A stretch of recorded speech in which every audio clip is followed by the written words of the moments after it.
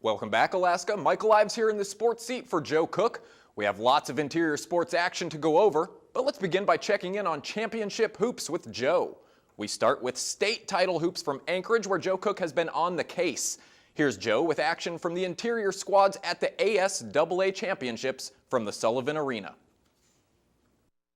In last night's state tournament action, the Lathrop Malamutes went up against the defending champions of East Anchorage. The T-Birds started hot with 5 threes in the first half and led 32-27 at the break. Hani Jacobo led East with 17 points. Kyle Carlson went into beast mode for Lathrop. He dropped a game-high 28 points, keeping the Mutes within 1 or 2 points in the second half. But the defending champs bent, but they didn't break. They were just a step quicker to the ball and answered every Lathrop bucket with a score. Matt Shore had 16 for East as well. They held a 2-point lead throughout the fourth quarter, and they go on to win this one 60-55 over Lathrop. The Monroe Rams of Nome Belts Nanoks were the last 3A boys game of the night. Monroe had a battle with Nome in the first half. Nome's Tyler Eide had 7 points to lead all players in that first half. He finished with 13. Blade Bakers, his 3 made it a 10-10 game. The Rams would recover. They led 27-20 at the break thanks to 12 second chance points and timely buckets to maintain their lead. Scooter Bynum had 5 points, 6 rebounds, and 4 steals in the first half to pace the Rams. In the third quarter, Nome still wouldn't go away. They scored a quick 4 points and got within 32-38. However, Monroe scored a quick 4 points as well and rolled from there. The Rams pull away in the fourth quarter for a 56-36 win. Monroe was plus 13 on the boards behind Bynum's game-high 17 points and 10 rebounds. Now the Rams face ACS, arguably the biggest semifinal in this year's tournament. We didn't shoot the ball great today.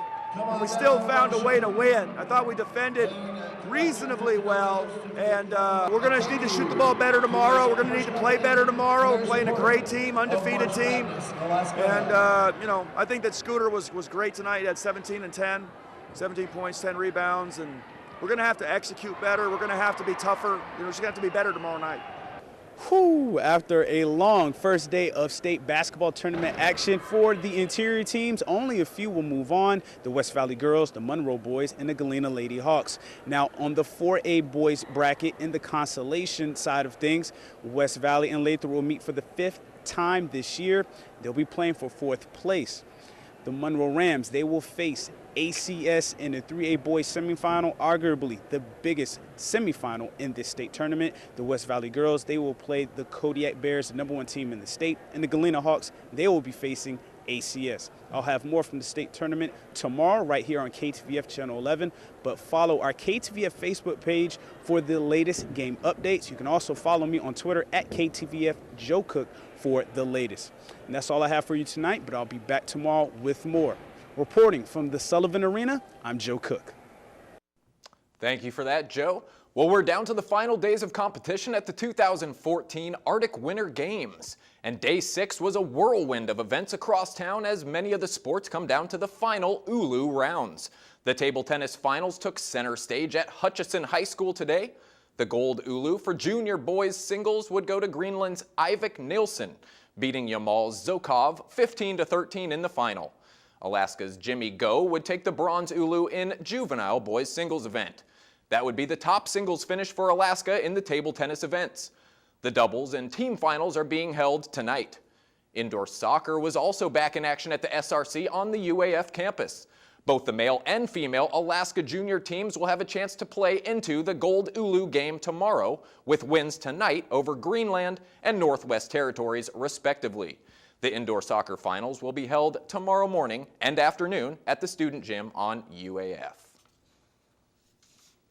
Now looking at the medal or Ulu count, as of press time today, Alaska continues to dominate and hold a large lead in the overall count as they are 51 total medals above second place Yamal. However, the Alaska Gold Ulu lead has dropped to only 8 with one more day of medal round action remaining. Alberta North holds 3rd overall and also has a nice gold count with 35 top prizes.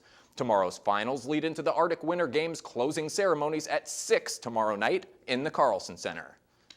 The 2014 Open North American Sled Dog races are going down in town this weekend as well. A field of 18 teams will be competing, starting with today's opening races. And there are 5 rookies in the field this year. as teams will start from the river ramp in downtown Fairbanks and trek across town through Creamers Field, out to the Fairbanks Golf Club, and then back to the finish on the river.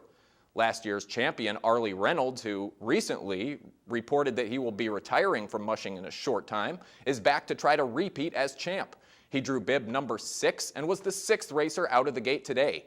Regulars like Marvin Cochran, Mike Fields, Don Cousins, and John Earhart will again be competing in this year's field. Egil Ellis, however, will not be. Starting orders will change daily based on the prior day's finishing times as the teams race through Sunday of this weekend. And that'll do it for sports tonight. Remember to be right back here tomorrow night for more updates and highlights from the ONAC races and the Arctic Winter Games. Also, Joe will give us final results from the Anchorage State Basketball Tournament.